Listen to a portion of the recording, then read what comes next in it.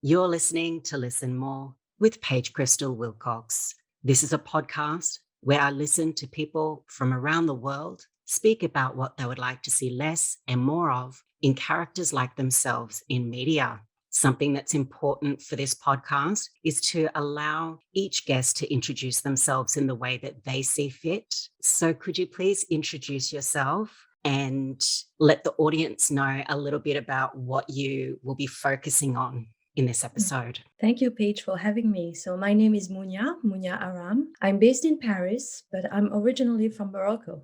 I was born in Casablanca, and I spent all my life in France. And I launched my own company in 2019 that is focusing on bringing African animation to the rest of the world. So my experience is 19 years in the animation industry. So I started my career in Japanese animation. So now I change continents because I feel like we are lacking stories from Africa, and we need to see more African content, more African characters, as the continent is huge, 54 countries, more than 1 billion people, and we have so many stories to tell, and the talents are there. I want them to see the light, and what I want to bring with my own company is my expertise in this field and also my network. So I want to open doors to them. I have a huge network of trustful partners all around the world, from broadcasters to producers, and I want to do like a kind of matchmaking between the talents in Africa and the broadcasters and producers outside Africa. And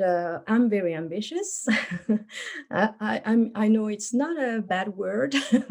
You can be a woman and be ambitious. And the next step is to open my studio, my animation studio in Morocco, to be on the ground, to be in Africa. And the studio will be working on African projects. And also we will be working with studios outside Africa if they will need some works to be done in our studio. So the plan is to open it this year. So I'm traveling all the way to Morocco at the end of the month of February. So I'm really excited about everything that is happening right now. And I'm happy to discuss with you, Paige. It's so exciting to hear about what you're doing. Before we started recording, I was saying how so many people really want to change something about the world and make some sort of improvement, but they don't know how to do it. And even less people manage to make it a part of their everyday life. So it's very exciting to hear from someone like you who is really doing that, and in a very global way. As a big fan of animation, when you mentioned African animation, for me personally, nothing came to mind. Is there any animation out there already, or is it just difficult to find, or is it just not there yet?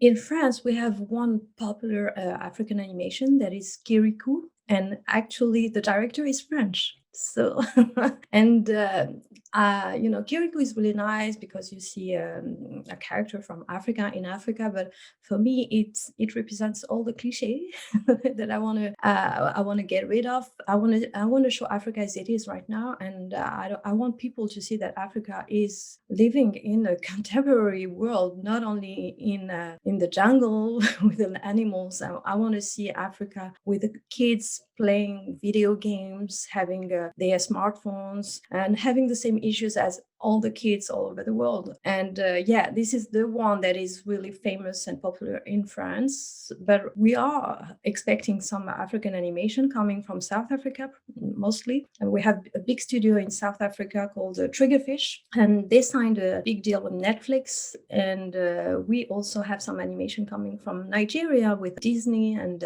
Amazon. And you will expect to see more and more African content in the future. And I'm really excited about that. As I told in my introduction, Africa is huge, but at the moment it's not all the countries that are represented. So we need to have more and more content from different countries in Africa. It's funny enough that we speak about African animation instead of speaking about one specific country in Africa. When we speak about animation in Europe, we speak about French animation. We don't speak about European animation. So now we need to pay attention to the fact that in each country we have a different culture. It's super exciting for me to be working with all these countries in Africa. Like for me, I always say it's a playground because I am never tired of seeing all these projects, all these different stories, the way they tell it, the characters that are so different, and yeah, they don't have the same issues in each country. So I can't wait to have more and more countries represented from Africa. I have quite a few times in my life heard people refer to Africa as a country. I wonder if you've had that experience and whether you think that is because of the way that the continent of Africa has been represented. People don't know otherwise because they have this very generic idea of what Africa is overall. Do you think that's connected? Yeah, it is connected. And I think there's a problem of information and communication. Even some people are asking me, why are you talking about Africa? You're not from Africa. I guess Morocco is not in Europe.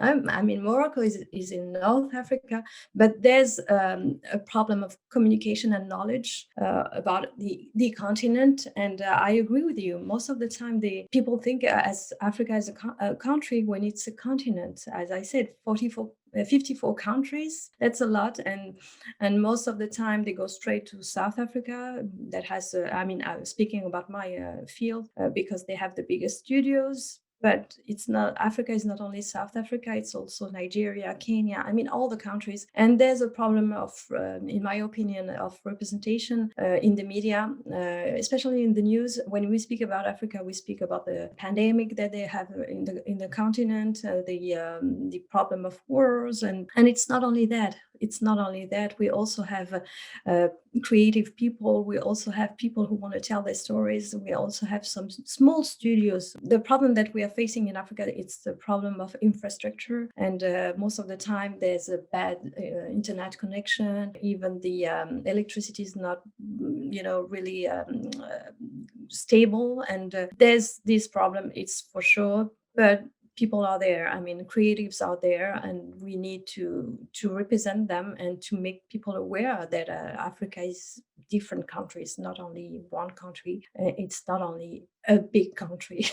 It would be interesting, even if there was just one story from each of those countries. That's more than 50 unique stories that we could get from Africa, that I'm sure would be fascinating to someone who has lived in a completely different place, like me in Australia. I know Australia is just one country, but we also have all these different areas. And I see a lot of those stories being told. And I can appreciate the different parts of Australia that I don't live in because of those stories that I get to see. I would love to see more of the world in that way. You were speaking about clichés that you see, particularly in the French African animation that you were speaking about. Are there some specific clichés that you'd like to share with the audience that you'd really like to be finished? Do I need to limit you? No, I'm going to limit myself. Yeah, the cliche that I was mentioning. The animation I was mentioning was a huge success, and is still a huge success, and the director is really famous. But in my opinion, it's a big cliche of Africa. I don't want it to be represented only by this point of view. Of course, we do have some tribes, we do have some jungles, we do have some animals, but we also have big buildings, big companies, and we make money. But yeah, let's show a different side of Africa. That's what I want to say. And in terms of cliche, if I may speak about myself, about my own experience, I've been a victim of cliches in my work experience before I launched my company. I started my career in 2003 in San Francisco. So I had this opportunity to have an internship in San Francisco for a Japanese animation company. And I stayed almost a year there. And when I came back with this experience, I was, eager to start my career in Paris. And when you work in the distribution field, you have a specific region you handle. And I was, very optimistic and very hopeful that I was going to handle the Americas region, North America and Latin America, coming back from the US. But then when I started in a French company, they told me that I'm gonna handle the Middle East region, and I was like, why? Because you understand them. Why? I don't. Yeah, I speak Arabic, but I don't speak the same Arabic because in Morocco we don't speak the same Arabic than in Middle East. And when I was in this company, I never went to Middle East before, so I never stepped a foot in Middle East. And the guy, he told me, yeah, you know them, so you go to Qatar and you go and meet with the broadcasters. And say, okay. But I managed to meet the people, to make some deals, because not because I'm close to them, as they say in the cliche, but because I'm a good salesperson.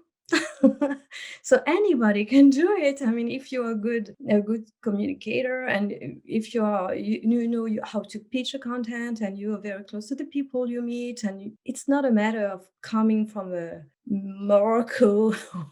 But this is a big cliche that I faced, and so I didn't handle the Americas, but afterwards I handled Middle East and Africa. But yeah, and then it's one of the cliches that you can face in your career. Yeah. But for me, and now I laugh when I speak about this, because afterwards, I've been traveling a lot to Middle East, and I discovered the regions, and I've built a strong network over there. So I decided to use that as a strength, and to change the fact that I was upset of being a victim of a cliche, then using that and said, okay, I don't know the region, so let's get there and know the people. And yeah, this is what I did, and it's good. I'm sorry that you had that experience, but I'm really glad to hear that you managed to turn it around and in some way take advantage of that situation. And it's very interesting to hear the distinction between you as a communicator, who you can get to know your audience, versus that assumption that you know them just because of a language that you speak, for example. I wouldn't expect anybody in the world who speaks English to automatically understand any of my cultural differences. So it is ridiculous for me to think about any language and just say, oh yeah, everybody who speaks that language must speak the same culture, because those are two different things. Yes, they can be very connected, but they can also exist very separately. For me, it's ignorance and cliche. Yeah, and I feel like I know better than them, than the people that assume that I'm familiar with the region. But then, I'm lucky enough that I've been traveling a lot in my career, in my life.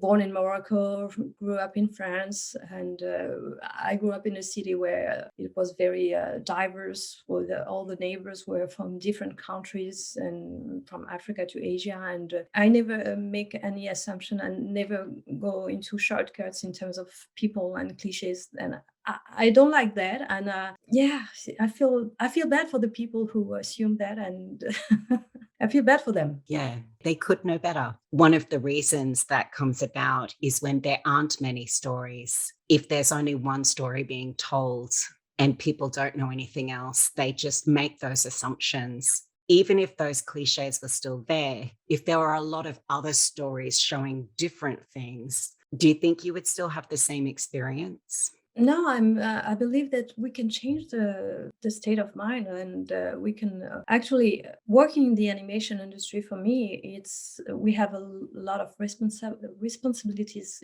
towards the kids, because we are responsible of what we are showing them. The fact that they can relate to some characters, and if we keep on showing them the same kind of characters, it's not good. And we need to open the mind, because these kids, they will be the future adults. And if you want to have people who are open-minded and who know better other cultures, and they are other cultures and other countries in the world, you have to start at the very young age. And as I told you earlier, before we start the recording, we can send a lot of messages through animation, and in a nice way. I mean, in a very entertaining way. And the kids, they can identify themselves as a Black superhero, as we can see right now with Black Panther. The things are moving, and it's great. And I'm really impressed. And also, I feel that we still have a lot of work to do.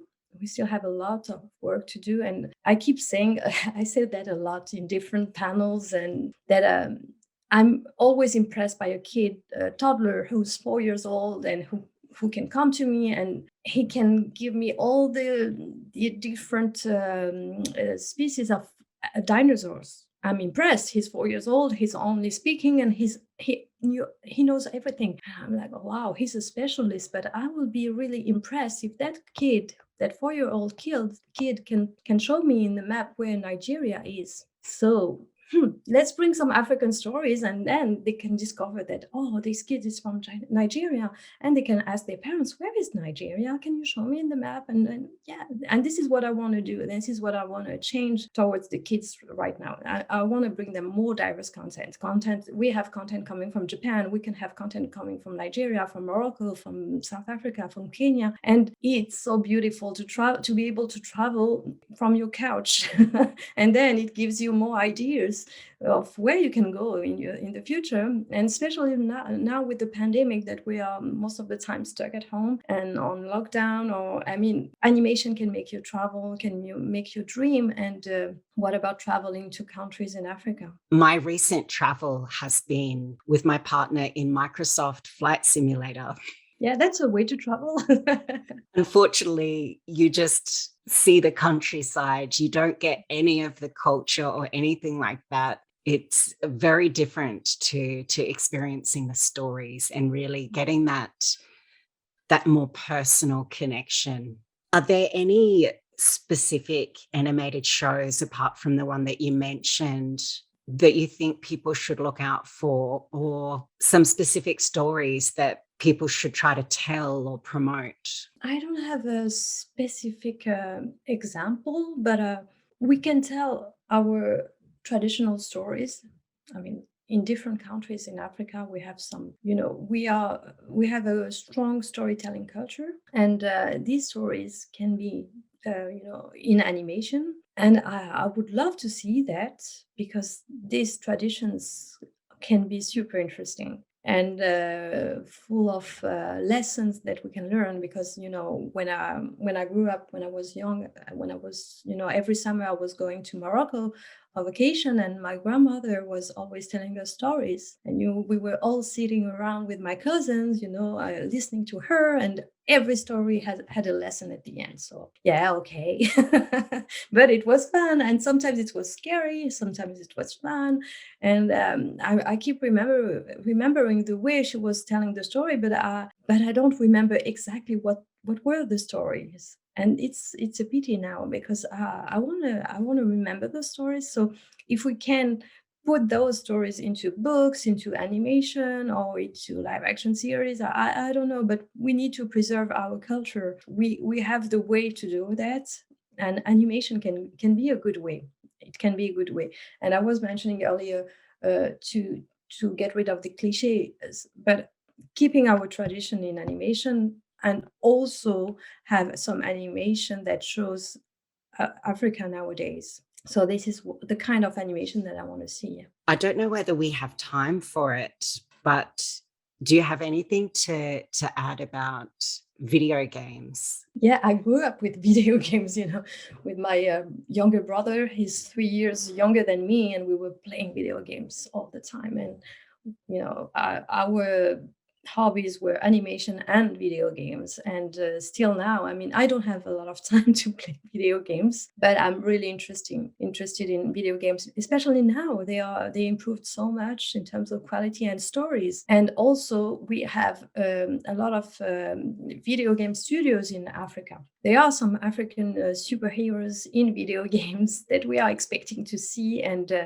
yeah, like those two, animation and video games, are so linked. Again, we can say a lot of things through video games, and we can travel, we can discover different characters and superheroes that are different than the one we usually see. And I saw some video games in Africa that are happening. I mean, the setting is in Africa, so it's totally different. And there are a big fan base in different countries in Africa. There are having some esports competition. So there are a lot, and that's an industry we need to explore and to keep in mind, because video games in Africa is booming. You should hear from them.